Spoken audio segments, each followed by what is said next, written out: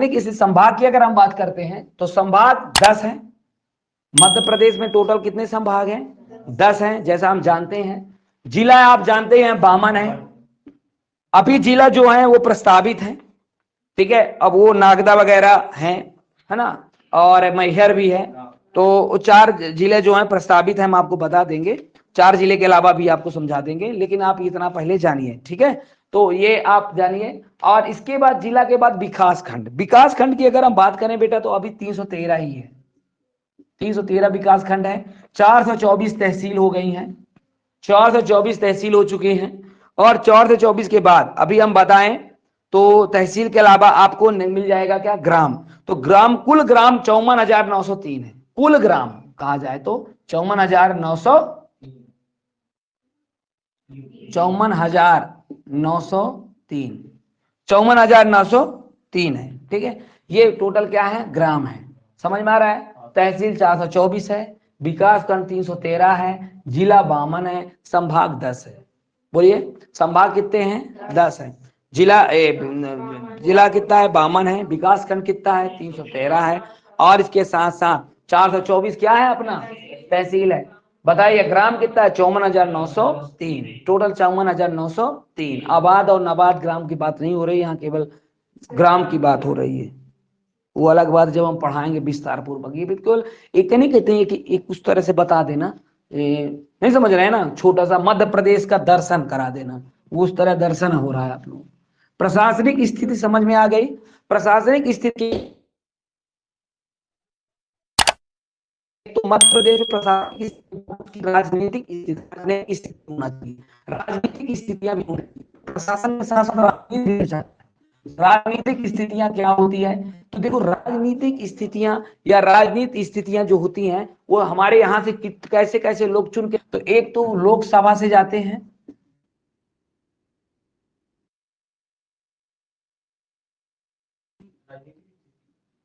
हाँ, और एक है विधानसभा से भी जाते हैं विधायक।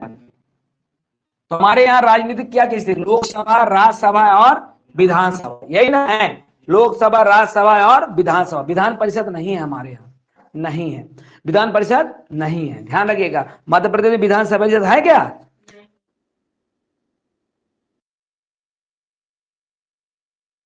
अच्छा, बिहार वगैरह में है, उत्तर प्रदेश में भी देखने को मिल जाता। अब देखिए राजनीतिक स्थिति में देखा जाए तो विधानसभा जो आपको बताया गया, विधानसभा जो हमारे विधायक लोग आते हैं, तो विधानसभा में विभाजन से जब छत्तीसगढ़ शामिल था हमारे भारत में, हमारे मध्य प्रदेश में छत्तीसगढ़ जब शामिल था तो टोटल विधानसभा सीट कितनी थी? तब 320 थी। जब छत्तीसगढ़ शामिल था तब कितना था? 320 थी। अब कितना है? 230 प्लस 1। अब एक भी हट गया। 104 संविधान संशोधन के तहत अगले भारतीय समुदाय के लोगों को विधायक बनाया जाता था, उनको भी अब हटा दिया गया है 2018 में। 2018 से अब केवल 230 लोग ही विधायक हैं। 230 प्लस 1 पहले था, अब एक जो है हट गया है 104वें संविधान संशोधन के तहत। क्लियर है कि नहीं है? इतनी बात समझ गए? छत्तीसगढ़ सहित कितना था? 320 था। अब कितना है? 230। अब राज्यसभा की बात करें बाबू, तो राज्यसभा में जब हमारा छत्तीसगढ़ भारत के साथ था, अरे मध्य प्रदेश के साथ छत्तीसगढ़ था, तब उस समय उसके पास राज्यसभा सीटें थी 16। कितनी थी? 16। कितनी थी? 16। अब कितनी हो गई है? 11। कितनी हो गई है? 11। अब कितनी हो गई है? 11। तो राज्यसभा सीटें मध्य प्रदेश में कितनी है? 11। छत्तीसगढ़ समाहित था तब कितना था? 16। तब कितना था? 16। बोलो, 16। इसके बाद अगर आपसे पूछा जाए कि लोकसभा में अविभाजित मध्य प्रदेश जब था तब 40 लोकसभा सीटें थी। अब लोकसभा सीटें कितनी? 29 है। 29 है, वेरी गुड। कितने हैं? 29। तो लोकसभा सीटें अभी मध्य प्रदेश में कितनी है? 29। पहले कितनी थी? 40 थी। पहले कितनी थी? 40। अविभाजित मध्य प्रदेश का मतलब ये होता है छत्तीसगढ़ से जब एक में थे तब उसमें 40 थी, अब कितनी हो गई है? 29। बोलो कितने हैं? ठीक है। राज्यसभा में देखिए कितना था? अब ये कितना है? 320। अब 230 प्लस 104 संविधान संशोधन है। अगल भारतीय मतलब सीट हटा दिया। अगल भारतीय का मतलब ये होता है कि जो लोक कला संस्कृति से जो ख्याति प्राप्त कर लेता है, जो खिलाड़ी बन गया जैसे, तो उन लोगों को जो है बिना, उससे भी उन लोगों को लोकप्रियता बढ़ी रहती, तो बिना चुनाव के भी उनको विधायक बना दिया जाता था। ठीक है, तो अब जो है 104वें संविधान संशोधन की तरह ये क्या हो गया है, हट गया। तो देख लिए राजनीतिक स्थिति में कितने लोग कमा रहे हैं, लोकसभा संभाल रहा है, राज्यसभा संभाल रहा है और विधानसभा। विधानसभा पहले 320 था, अब हो गया 230। अब इसके बाद अपन राज्यसभा की बात करें तो पहले था 16, अब हो गया 11। अब लोकसभा की बात करें तो पहले था 40, अब हो गया 29। बताइए इस तरह के एमपी जीके आपको हम समझा दे रहे हैं, क्लियर है कि नहीं है बताइए। अभी तक सब समझ में आ रहा है। वैसे देखो याद हो सब लोग किए होंगे, मेन मकसद है हमारा माइंड में डाल देना। हम कोशिश कर रहे हैं कि हु बहू आपके माइंड में फीड हो जाए, मजा आ जाए, फिर कुछ ना चाहिए। फिर देखो फिर इन चीजें जल्दी जल्दी याद होंगी। अभी क्या है ना, आपको क्या सीरीज नहीं पता ना कि कब क्या कैसा है, इधर उधर तो पढ़। अब भाई एक शब्द में उत्तर, वन फैक्ट पढ़ पढ़ के थोड़ी होता है। जब तक आपका माइंड शेड्यूल नहीं सेट होगी ना, तब तक कोई चीज नहीं हो सकती है। तो हमने पहले भौगोलिक स्थितियां समझा, फिर उसकी राजनीतिक स्थितियां क्या बोला, प्रशासनिक स्थितियां समझा, फिर राजनीतिक स्थिति पढ़ा। अब एक और है न्यायिक स्थिति, क्या बोलते हैं उसको, न्यायिक स्थिति। न्यायिक स्थितियां में, न्यायिक स्थितियां हम क्या पढ़ रहे हैं बाबू, न्याय में मतलब भाई राज्य है, तो राज्य में क्या, सुप्रीम कोर्ट तो हो नहीं सकता, तो ज्यादा ज्यादा क्या हो सकता है, हाई कोर्ट। हाई कोर्ट और उसमें खंडपीठ नहीं हो सकता है, हाई कोर्ट या खंडपीठ।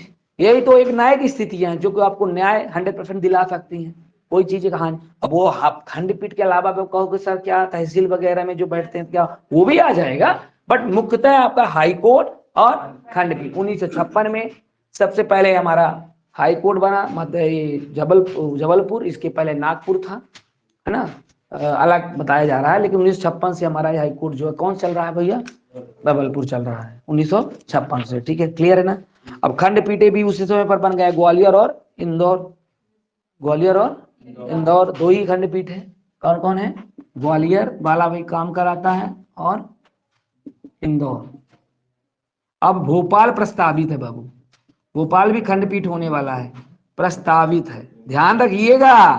ये सब 3 हो जाएंगे, लेकिन अभी प्रस्तावित है। भोपाल में भी होने की संभावना, क्योंकि इतना सारा राजकाज हो जाता है संभाले में नहीं आता, तो एक खंडपीठ और करना जरूरी है, तो हो जाना भी चाहिए। तो ये स्थितियां बन के समझ में आ गया। तो बताइए न्याय की स्थिति समझ में आई कि नहीं आई, न्याय की स्थितियां।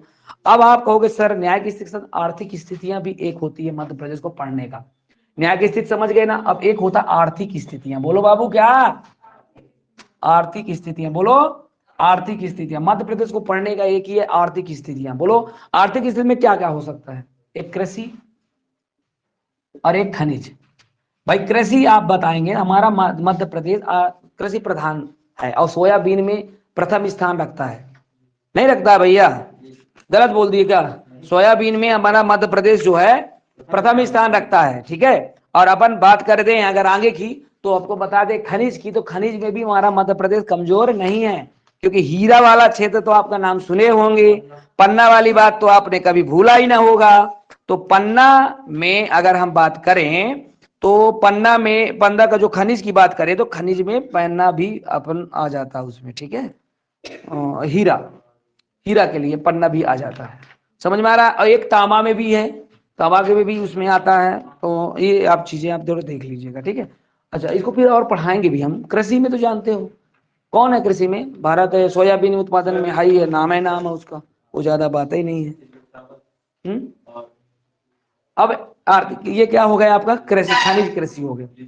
बेटा मेरी बात समझिए, हमने क्या क्या पढ़ा पहले एक बार रिविजन करते हैं। मध्य प्रदेश को हमने बहुत अच्छे से बारीकी समझने की कोशिश किया। मध्य प्रदेश को हमने भूगोल के क्षेत्र में देखा, फिर हमने प्रशासनिक स्थिति में देखा, फिर राजनीतिक दृश्य में देखा, फिर न्याय की स्थिति में देखा, फिर बताओ क्लास एक ही क्लास हुआ है, लेकिन ऐसा नहीं लगता है कि आपको पूरा पढ़ा दिया, लगता होगा आपको, नहीं लगता तो मेरे को लगता है आपको नहीं लगता तो मैं क्या करूं, लेकिन मेरे को लग रहा है कि देखो ये अब ये आपके माइंड में सेट बस रहे, फिर इसके बाद पढ़ते रहो।